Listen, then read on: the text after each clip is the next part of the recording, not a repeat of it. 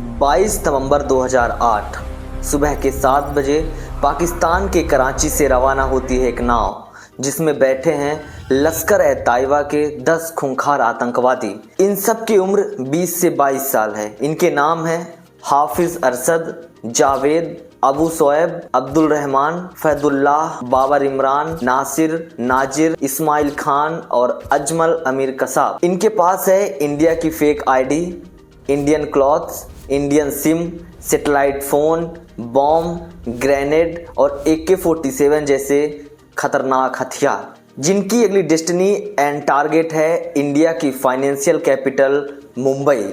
सफ़र की शुरुआत में वो एक छोटी नाव से निकलते हैं। करीबन 1.5 घंटे चलने के बाद एक बड़ा जहाज आता है जिसका नाम था अल हुसैनी। वो सभी उस जहाज में बैठे पूरी रात इसी अल हुसैनी जहाज में बिताकर वो आगे बढ़ते हैं। अगले दिन 23 नवंबर 2008 करीबन दोपहर के 12 बजे एक छोटी इंडियन बोट जिसका नाम कुबेर था, उसे वो हाथ हिलाकर बताते हैं कि उनकी जहाज खराब हो गई है, उन्हें मदद चाहिए। जब वह नाव के लोग उनके पास आते हैं, मछुआरे आते हैं, तो ये आतंकवादी उन सभी की नाव को हाईजैक कर लेते हैं। उस नाव में 5 आदमी थे, वो 4 को मार देते हैं। एक जो उनका कैप्टन होता है अमर सिंह सोलंकी, उसे बंधक बना लेते हैं ताकि वह मुंबई तक उन्हें पहुंचा सके। और लगातार नाव आगे बढ़ती रहती है और दिन आता है 26 नवंबर 2008। वे दूर से मुंबई की बिल्डिंग्स देख पा रहे थे। उन्हें कंफर्म हो चुका था कि मुंबई आ चुका है, इसलिए जो वो अमर सिंह सोलंकी था उसे भी मार देते हैं कि कहीं वह कोस्ट गार्ड्स को चिल्लाकर बता न दे कि ये लोग इसे बंधक बना रखे हैं। मुंबई यहाँ से 4 से 5 नॉटिकल माइल्स था। उससे पहले वो एक इन्फ्लेटेबल बोट में आ जाते हैं। आपको बता दें कि इन्फ्लेटेबल बोट्स एक ऐसी बोट होती है जिसमें हवा भरा जाता है। ये काफ़ी छोटी होती है। जहाज़ों में इसे इसलिए रखा जाता है कि अगर कभी जहाज़ में खतरा हो डूबने का तो ये इस नाव से बैठकर पार कर सकें। इसके बाद योजना के मुताबिक वह अपना इंडियन मोबाइल फ़ोन चालू करते हैं और उसमें सिम लगाते हैं। रात के करीब 9 बजे कोलाबा बद्वर पार्क मुंबई पहुंचते हैं। वो उतरते हैं एक ऐसी जगह जहां मछुआरे रह रहे थे। वो जहां मछुआरे रह रहे थे वहां पर रेत की 10 मीटर लंबी एक चढ़ान थी जहां से उतरना और चढ़ना काफ़ी आसान था। वे इस जगह को काफ़ी दिमाग से चुने थे जिससे अगर कोई देखे ये ना कह सकें कि ये लोग कोई संदिग्ध व्यक्ति हैं। कोई देखे तो ये लगे कि ये तो मछुआरे हैं जो मछली मारकर हो सकता है कि अपने घर लौट रहे हों। और दूसरी बात, जहां ये उतरे थे यहाँ से इनके टारगेट लोकेशंस जो थे वो सबसे कम डिस्टेंस में थे, जैसे CST 3.5 kilometre, Taj Mahal palace hotel 1 kilometre, Leopold cafe 900 metre. और यहाँ से कुछ दूर तक चलने के बाद मेन रोड आ जाती थी जहाँ से उन्हें आसानी से टैक्सी भी मिल जाती। अब यहाँ से ये आतंकवादी अपने अपने प्लान के अकॉर्डिंग काम करना शुरू करते हैं। इस्माइल खान और अजमल अमीर कसाब एक टीम में थे। इन्हें जाना था CST स्टेशन। हाफिज अरसद और अबू अमर जाएंगे लियोपोल्ड कैफे। जावेद और अबू सोएब जाएंगे ताजमहल होटल। इमरान और नासिर जाएंगे नरीमन हाउस। फैदुल्लाह और अब्दुल रहमान जाएंगे ओबेरॉय होटल। इमरान और नासिर का टारगेट था नरीमन हाउस जो वहां से पास ही में था, तो वो पैदल ही निकल पड़ते हैं। सोएब और नासिर को जाना था लियोपोल्ड कैफे, इसलिए वो टैक्सी लेते हैं और वहां से रवाना होते हैं। और ठीक उनके पीछे अबू सोएब और जावेद निकलते हैं ताजमहल पैलेस होटल के लिए। और आखिरी जोड़ी कसाब और इस्माइल खान CST होटल के लिए टैक्सी पकड़ते हैं और निकलते हैं। जब ये टैक्सी लेते हैं तो इस्माइल आगे बैठता है और कसाब पीछे। इस्माइल ड्राइवर से बातचीत करता है और कसाब बॉम्ब में बैटरी सेट करता है और टाइम सेट करता है 1 घंटा 15 मिनट और उसे ड्राइवर के सीट के नीचे रख देता है। अब लगभग 16 से 17 मिनट बाद कसाब और इस्माइल स्टेशन पर उतरते हैं और टैक्सी आगे चली जाती है।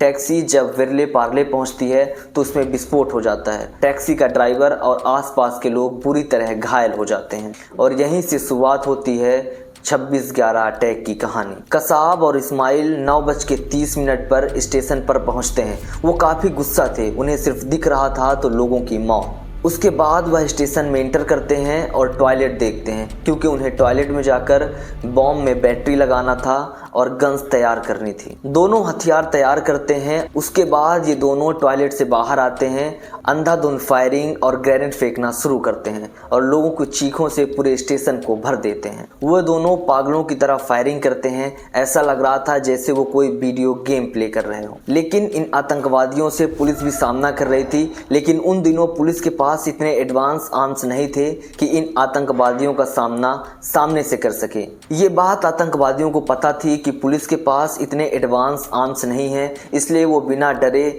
सीधे जिसे देख रहे थे उसके ऊपर फायरिंग कर रहे थे। उसी वक्त विष्णु राम दत्त जो स्टेशन में अनाउंसमेंट करते थे, वो अनाउंस करते हैं कि सभी लोग स्टेशन से बाहर भाग जाएं और अपनी जान बचाने की कोशिश करें। यह सुनते ही सभी लोग स्टेशन से बाहर भागने लगे और अपनी जान बचाने की कोशिश करने लगे। इस्माइल खान और कसाब स्टेशन में लगभग 9:30 पर इंटर किए थे और 10:45 तक वह बुलेट की 6 मैगजीन स्टेशन में खाली कर देते हैं और एक बैग लगभग ग्रेनेड फेंक देते हैं। उसके बाद पूरा CST स्टेशन खाली हो गया था।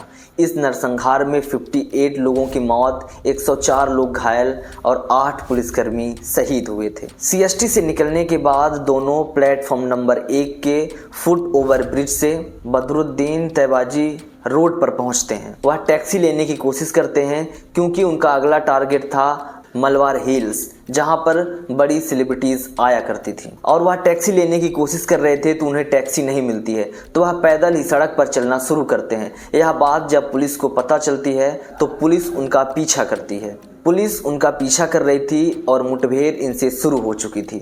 उसी दौरान ये आतंकवादी उल्टी दिशा में भागकर कामा हॉस्पिटल में इंटर करते हैं। पुलिस के ऊपर कामा हॉस्पिटल की छत पर चढ़कर फायरिंग करते हैं और ग्रेनेड फेंकना शुरू करते हैं। शुरुआत में पुलिस को लगा कि यह गैंग वॉर हो सकती है, लेकिन उन्हें कुछ देर बाद ही पता चल चुका था कि ये गैंग वॉर नहीं, ये एक आतंकवादी हमला है। इस्माइल और कसाब कामा हॉस्पिटल में अंदर घुसते हैं और उन्हें उस हॉस्पिटल का कोई भी नक्शा नहीं पता होता है, क्योंकि यह उनके प्लान का हिस्सा नहीं था। वो तो बस गलती से पुलिस के डर के मारे हड़बड़ाहट में कामा हॉस्पिटल के अंदर चले जाते हैं। उन्हें बिल्डिंग का कोई भी नक्शा नहीं पता था। छत की तरफ जाने लगे, लेकिन जो हॉस्पिटल स्टाफ्स और डॉक्टर्स थे उन्होंने दिमाग लगाया। वो जल्दी से दरवाजे बंद कर लिए, शटर्स गिरा लिए और सभी हॉस्पिटल की लाइट्स को बंद कर दिया। करीब 40 से 50 मिनट तक हॉस्पिटल में बिताने के बाद वह दीवार कूदकर सड़क पर पहुंचते हैं।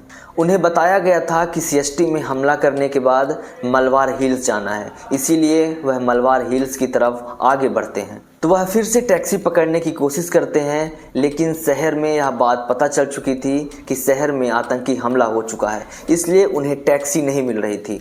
इसी बीच पुलिस कंट्रोल रूम में बैठे ATS हेमंत करकरे को एक मैसेज मिलता है कि कामा हॉस्पिटल के पास 2 हथियारबंद लोग देखे गए हैं। करकरे ने ACP Ashok Kamte, encounter specialist Vijay Salaskar और पीछे हेड कांस्टेबल अरुण जाधव और 3 अलग पुलिसकर्मियों को लेके उस जगह पहुंचते हैं। जैसे ही वह गाड़ी उस लोकेशन पे पहुंची जहां पर इस्माइल और कसाब थे, वह पुलिस को देखते ही एक झाड़ियों में छिप गए और जब गाड़ी पास में आई, पुलिस की गाड़ी में अंधाधुंध फायरिंग करना शुरू किया। उन लोगों ने उस गाड़ी में 2 मैगजीन खाली कर दी। कुछ देर तक इंतजार करने के बाद जब उन्हें लगा कि पुलिसकर्मी मर चुके हैं, तो वह गाड़ी के पास जाते हैं और देखते हैं कि सभी पुलिसकर्मी लगभग मर चुके हैं। इस मुठभेड़ में हेमंत करकरे, अशोक कामटे और विजय सलास्कर शहीद हो जाते हैं। आतंकवादी उन्हें गाड़ी से बाहर फेंक देते हैं और ये आतंकवादी एक गाड़ी की तलाश में थे, क्योंकि उन्हें मलबार हिल्स जाना था। गाड़ी के पीछे बैठे जो 3 पुलिसकर्मी थे वह उन्हें भी बाहर फेंकने की कोशिश करते हैं, लेकिन गाड़ी का दरवाजा अंदर से लॉक था और इन्हें लगा कि अब ये तो मर चुके हैं, इसलिए इन्हें बाहर फेंकने की क्या ज़रूरत है, हमें जल्द से जल्द मलबार हिल्स निकलना चाहिए। उसके बाद यह पुलिस की गाड़ी को ले लेते हैं। इस्माइल ड्राइवर सीट में बैठता है और कसाब उसके बगल में। वह दोनों गाड़ी लेके रवाना होते हैं, लेकिन गाड़ी के पीछे बैठे हेड कांस्टेबल अरुण जाधव अभी भी जिंदा थे, क्योंकि उनके कंधे में सिर्फ गोली लगी थी। लेकिन वह बिना हिले डुले इन आतंकवादियों की गतिविधियों को सुन रहे थे। वह बात कर रहे थे, उन्हें मलबार हिल्स जाना है, उसके बाद ताजमहल पैलेस होटल। गाड़ी में पीछे हेड कांस्टेबल अरुण जाधव के साथ योगेश पाटिल भी थे। योगेश पाटिल बेहोश हो चुके थे क्योंकि उन्हें गोली लग चुकी थी, लेकिन वह भी जिंदा थे।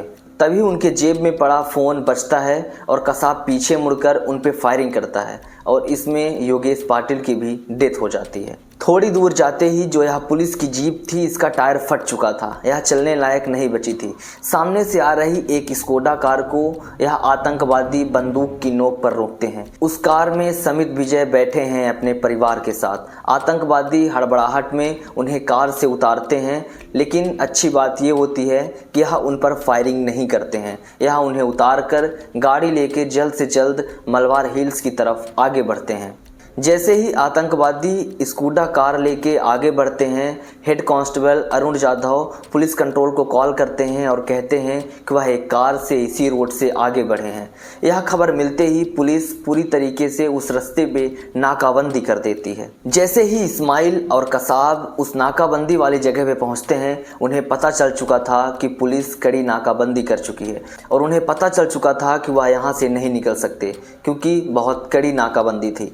वह सड़क के किनारे डिवाइडर में एक छोटी सी जगह से निकलने की कोशिश करते हैं, लेकिन सौभाग्य की बात यह रही कि वह डिवाइडर से कार को नहीं क्रॉस कर पाता और उसकी कार डिवाइडर में फंस जाती है। जैसे ही धीरे धीरे कार डिवाइडर में फंसती है, पुलिस धीरे धीरे आगे बढ़ती है। कसाब ने बंदूक उठाने की कोशिश की। उसी वक्त ASI तुकाराम आमले जो आर्मी से रिटायर होकर मुंबई पुलिस ज्वाइन किए थे, उन्होंने AK-47 की नली को अपने हाथों से पकड़ लिया।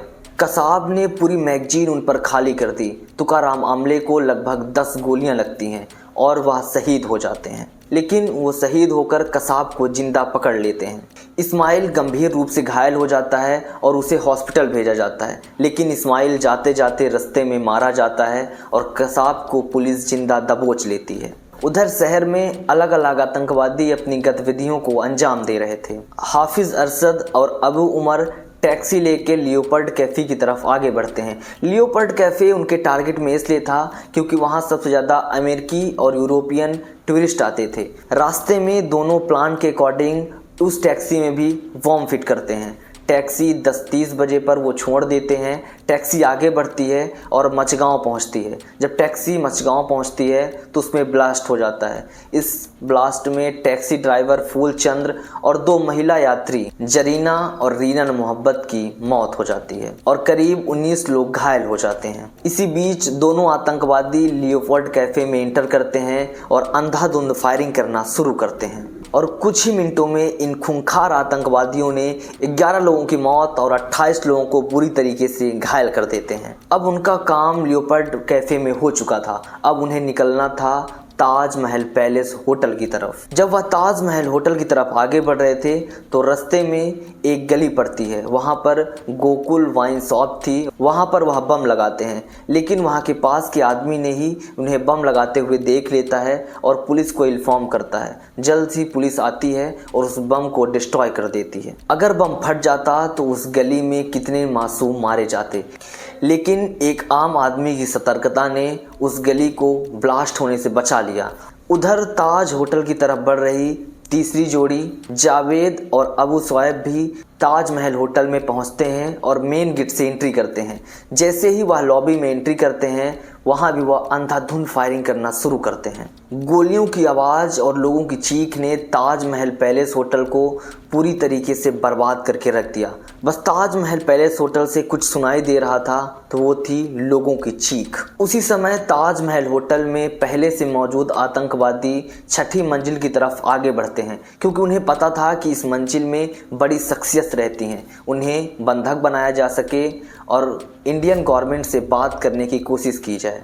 वह 6ठी मंजिल में पहुंचते हैं और एक ऐसे रूम की तलाश में थे जहां पर वह जाके पाकिस्तान से बात कर सके, और उन्हें एक कमरा मिला, कमरा नंबर 520। वह उस रूम के दरवाजे को तोड़ने की कोशिश करते हैं। इस कमरे नंबर 520 में कॉर्पोरेट बैंक के चेयरमैन KR रामामूर्ति थे। उन्हें अंदाजा लग चुका था कि बाहर कोई हमला हुआ है, इसलिए वह दरवाज़ा नहीं खोलते हैं और जाकर टॉयलेट में छिप जाते हैं। लेकिन आतंकवादी दरवाज़ा तोड़ देते हैं और टॉयलेट में जाकर उन्हें बंधक बना लेते हैं। ताज होटल में इन आतंकवादियों ने अपने अंजाम को देना शुरू कर दिया और जितनी जल्दी हो सके वह उतनी जल्दी लोगों को मारने और उन्हें बंधक बनाने की कोशिश कर रहे थे। उधर ताजमहल पैलेस होटल में आतंक का दूसरा चरण भी शुरू हो चुका था। शोएब और नासिर भी होटल में इंटर करते हैं और वह स्विमिंग पूल एरिया की तरफ अंधाधुंध फायरिंग करते हुए आगे बढ़ते हैं। वहां पर वह 4 लोगों को बंधक बनाते हैं। उन्हें था कि कोई न कोई बड़ा शख्सियत मिलेगा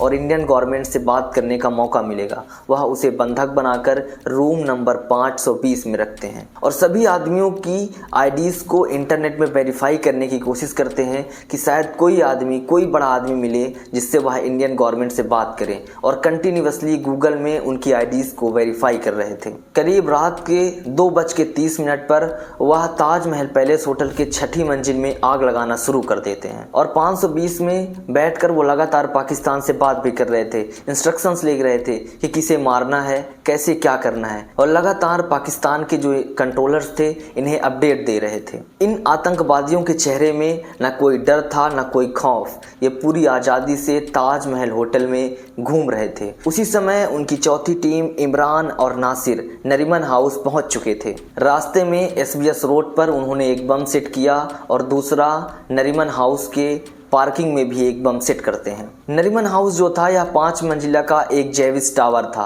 यहाँ पर यहूदी परिवार रहते थे। उनका टारगेट ये था कि इन यहूदियों को हम बंधक बनाएंगे, उसके बाद इंटरनेशनल प्रेशर बनाने की कोशिश करते हैं। अगर वह विदेशी लोगों को बंधक बना लेते, कैप्चर कर लेते और इंडियन गवर्नमेंट से बात करना काफ़ी आसान हो जाता। नरीमन हाउस में जो आतंकवादी थे वो सिर्फ नरीमन हाउस तक को टारगेट नहीं किए थे, आसपास की जो बिल्डिंग्स थी उन पर भी फायरिंग कर रहे थे और ग्रेनेड्स फेंक रहे थे, और इसी क्रॉस फायरिंग में कई लोगों की मौत हो जाती है। वह इजरायली दूतावासों से भी बात करने की कोशिश करते हैं, लेकिन जब उनकी बात नहीं बनती तो वह पागल हो जाते हैं और वह अंधाधुंध फायरिंग करके उस बिल्डिंग में रह रहे 9 लोगों की मौत कर देते हैं। उसी दौरान उनकी 5वीं जोड़ी फैदुल्लाह और रहमान ओबेरॉय होटल पहुंचते हैं और वहां के पास के एक रेस्टोरेंट में वह घुसते हैं और दरवाज़ा तोड़कर वहां पे बैठे लोग खाना खा रहे थे उन पर अंधाधुंध फायरिंग करना शुरू कर देते हैं। ओबेरॉय ट्राइडेंट होटल में वह 35 लोगों को कुछ ही मिनटों में मार देते हैं।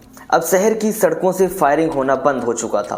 पुलिस और लोगों को पता चल चुका था कि ये कोई गैंग वॉर नहीं है, यह एक टेररिस्ट अटैक है। और यह टेररिस्ट अटैक इतनी ऑर्गेनाइज्ड और प्लान्ड तरीके से था कि सिर्फ इसमें 10 लोग ही थे। इन 10 आतंकवादियों ने कुछ समय के लिए पूरी मुंबई को अपने कंट्रोल में ले लिया था। लगातार हालत बिगड़ते देख मुंबई पुलिस ने दिल्ली सेंट्रल गवर्नमेंट को फ़ोन मिलाया कि मुंबई में टेररिस्ट अटैक हुआ है, उन्हें जल्द से जल्द NSG की मदद चाहिए। अब इस ऑपरेशन को संभालने की जिम्मेदारी थी भारत की सबसे शक्तिशाली elite force black cat commandos NSG के पास। उधर मुंबई पुलिस और ATS स्थिति संभालने की कोशिश कर रहे थे और उसी वक्त मुंबई के मार्कोस इंडियन नेवी के जो कमांडोज थे वो भी पूरी तरीके से तैयार हो चुके थे। मार्कोस का जो बेस था वह मुंबई के कोलाबा में था, इसलिए वह जल्द से जल्द उस घटना स्थल पर पहुंच गए और मार्कोस पहले कमांडोज बने जो इस हमले में आतंकवादियों से सामना करने पहुंचे थे। इसी बीच दिल्ली में NSG कमांडोज को तैयार करने की नसीहत दी जा चुकी थी। करीब 200 से ज़्यादा NSG कमांडोज तैयार होते हैं, लेकिन यहाँ पर एक बेहद बड़ी प्रॉब्लम आती है। जिस एयरक्राफ्ट से उन्हें मुंबई भेजा जाना था वह पंजाब के चंडीगढ़ में खड़ा था। आप यहाँ से देख सकते हैं कि उन दिनों भारत की सिक्योरिटी कैसी थी कि NSG कमांडो के पास उनकी एयरक्राफ्ट भी नहीं थी जिससे उन्हें मुंबई जाना था, जो उस समय की भारत की कमजोरियों को उजागर करती थी। इसके बाद लगभग 1.5 से 2 घंटे तक डिस्कशन करने के बाद वह एक डिसीजन लेते हैं कि दिल्ली के पलामा स्टेशन में एक एयरक्राफ्ट है जिससे कुछ NSG कमांडोज को मुंबई भेजा जा सकता है। वह एयरक्राफ्ट काफ़ी छोटा था, इसलिए कुछ ही NSG कमांडोज वहां से रवाना हो सकते थे। इसके बाद यह तय हुआ कि 80 से 100 कमांडोज पहली उड़ान में मुंबई की तरफ आगे बढ़ेंगे। विमान को तैयार करने और फ्यूलिंग करने में लगभग 1.5 से 2 घंटे लगे। रात के 3 बजे NSG कमांडोज दिल्ली से मुंबई के लिए रवाना होते हैं। सुबह 6 बजे NSG कमांडोज मुंबई में लैंड करते हैं और इन्हें 3 टुकड़ियों में बांटा जाता है, Taj Mahal palace hotel, Nariman house और ओबेरॉय होटल। लेकिन यहाँ एक सीरियस प्रॉब्लम सामने आई। जो NSG कमांडोज थे इनके पास इन तीनों जगह की मैपिंग नहीं हुई थी। इन्हें नहीं पता था कि किधर से इंटर करना है, किधर से एग्जिट करना है, आतंकवादी कहाँ पर हैं, किसी प्रकार का मैप उनके पास नहीं था। और यह सब लगातार न्यूज़ चैनल्स टीवी में दिखा रहे थे कि एनएसजी कमांडोज अभी तक नहीं आए हैं, कोई बड़ा एक्शन गवर्नमेंट के द्वारा नहीं लिया गया है। और जो ये पाकिस्तानी थे जो इन्हें कंट्रोल कर रहे थे, वह कॉल करके लगातार इन आतंकवादियों को बता रहे थे कि अभी तक एनएसजी कमांडोज या कोई बड़ी टीम नहीं आई है, अभी ये खुलकर आतंक फैलाना जारी रखें। क्योंकि एनएसजी देर से पहुंची थी और यहाँ पूरी चीज़ें लाइव टेलीकास्ट हो रहा था, तो आतंकवादियों को हेल्प मिल रही थी कि अभी वह पूरी तरीके से बेखौफ तरीके से ताजमहल पैलेस में फायरिंग कर सकते हैं और ग्रेनेड फेंक सकते हैं, और साथ में वो बिल्डिंग में आग भी लगा रहे थे। हमले के 2 दिन बाद 28 नवंबर को 7 बजे कमांडोज की पहली मुठभेड़ इन आतंकवादियों से ओबेरॉय होटल में होती है। एनएसजी ने होटल के फ्लोर टू फ्लोर्स क्लियर करते चले गए। वह हर एक फ्लोर में जा रहे थे और जिन आतंकवादियों को पा रहे थे उनका सामना कर रहे थे। वहां के लोगों को जो बंधक बनाया था उन्हें छुड़ाते हुए आगे बढ़ रहे थे। उसी दिन रात के लगभग 8:30 पर कमांडोज नरीमन हाउस में भी पहुंचकर धीरे धीरे करके इन आतंकवादियों से सामना करना शुरू करते हैं, और उसी टाइम पर यह ताजमहल पैलेस होटल में भी अपना आखिरी अभियान शुरू करते हैं। और आखिरकार 29 नवंबर की सुबह लगभग इस आतंकवाद को शुरू हुए 60 घंटे हो चुके थे और ताजमहल पैलेस होटल में यह अंतिम लड़ाई लड़ी गई। ताजमहल होटल के अंदर एनएसजी कमांडोज ने 4 आतंकवादियों को मार गिराया, और इसी आतंकवाद की लड़ाई को लड़ते हुए भारत के वीर सपूत मेजर संदीप उन्नीकृष्णन और राहुल सिंधे शहीद हो जाते हैं। 60 घंटों की मुंबई की लड़ाई में 166 निर्दोष लोग, 300 लोग घायल हुए और 10 में से 9 आतंकवादी मारे गए, और 1 आतंकवादी अजमल अमीर कसाब को जिंदा पकड़ा गया। कसाब से चली कई महीनों की पूछताछ के बाद 6 मई 2010 को मुंबई के ट्रायल कोर्ट के स्पेशल जज ML तहलियानी ने मौत की सजा सुनाई। उसके बाद मामला मुंबई हाई कोर्ट में गया और 21 फरवरी 2011 को स्पेशल कोर्ट में जो फैसला आया था उसे कायम रखा गया। कसाब ने सुप्रीम कोर्ट में भी इसकी अर्जी दी कि उसे माफ़ कर दिया जाए, लेकिन 29 अगस्त 2012 को सुप्रीम कोर्ट ने भी उसकी अर्जी को खारिज कर दिया। आखिरी बार उसने दया की याचिका मेर्सी पिटीशन राष्ट्रपति से भी किया। 5 नवंबर 2012 को इसे भी खारिज कर दिया। उसके बाद आखिरकार 21 नवंबर 2012 को उसे पुणे के यरवाड़ा जेल में फांसी की सजा दी गई, और इस तरह 26/11 मुंबई अटैक के आखिरी अध्याय का अंत हुआ। फॉर्चुनेटली उसके बाद इंडिया पे इतना बड़ा मेजर अटैक कभी नहीं हुआ। गवर्नमेंट और इंटेलिजेंस एजेंसीज ने अपने आर्म्स और अपनी टेक्निक्स पर काम किया। किसी और वीडियो में बात करूंगा कि 26/11 मुंबई अटैक के बाद गवर्नमेंट और इंटेलिजेंस एजेंसी ने क्या स्टेप्स और क्या रिफॉर्म्स किए। तो ये थी पूरी कहानी 26/11 मुंबई अटैक की। उन सभी वीर शहीदों को मेरा नमन, जिन्होंने अपने और अपने देशवासियों के लिए लड़ते हुए वीरता को प्राप्त हुए। सलाम है ऐसे भारतीय वीरों को। अगर आपको वीडियो पसंद आई हो तो लाइक करें, शेयर करें और सब्सक्राइब करें। मिलते हैं किसी और वीडियो में। जय हिंद, जय भारत।